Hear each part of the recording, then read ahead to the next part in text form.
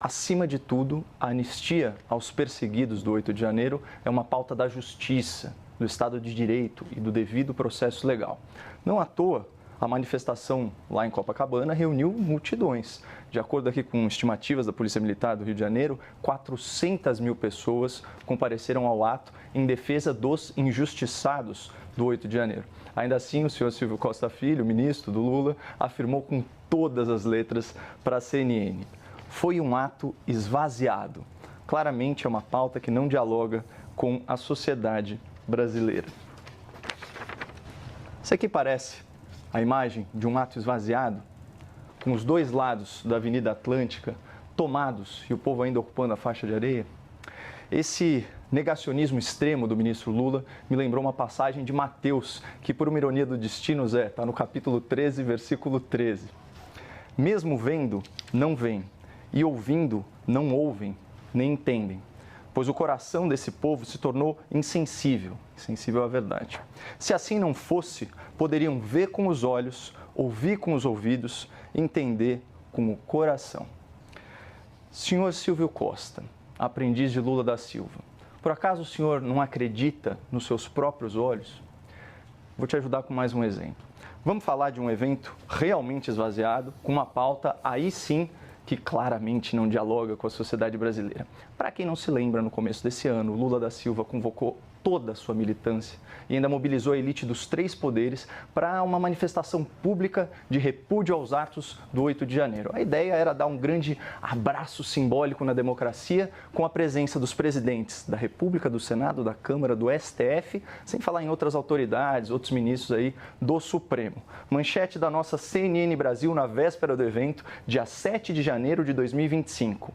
Aspas. Petistas temem que ato de 8 de janeiro com movimentos sociais seja esvaziado. O PT tem feito um esforço para convocar a militância com pedido de confirmação de presença antecipada e contato com movimentos sociais. Fecha aspas. Apesar de todo esse empenho do PT e das suas gargantas de aluguel na imprensa, esse aqui foi o resultado. Estão vendo?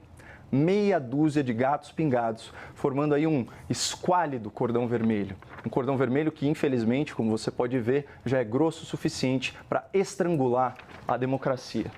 Mas o fato é que não tem nem 1000 pessoas aqui. Isso sim é um ato esvaziado que não dialoga com a sociedade. Um ato promovido pelo seu governo, ministro.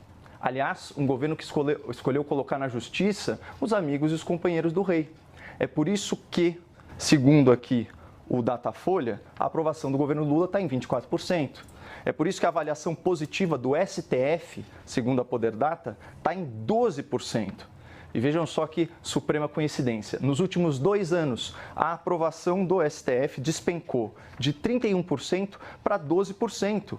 Ou seja, desde que eles decidiram tratar manifestantes e vândalos como se fossem criminosos e terroristas. Para a gente ficar em um exemplo, a cabeleireira Débora dos Santos, mãe de 2 filhos menores de idade, está presa há 2 anos, sem julgamento, por ter escrito uma frase com batom na estátua do STF.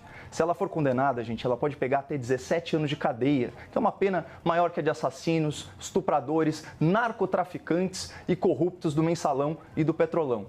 Essa mulher, ela não tem que ser apenas anistiada pelo Congresso, ela tem que ser indenizada pelo poder público.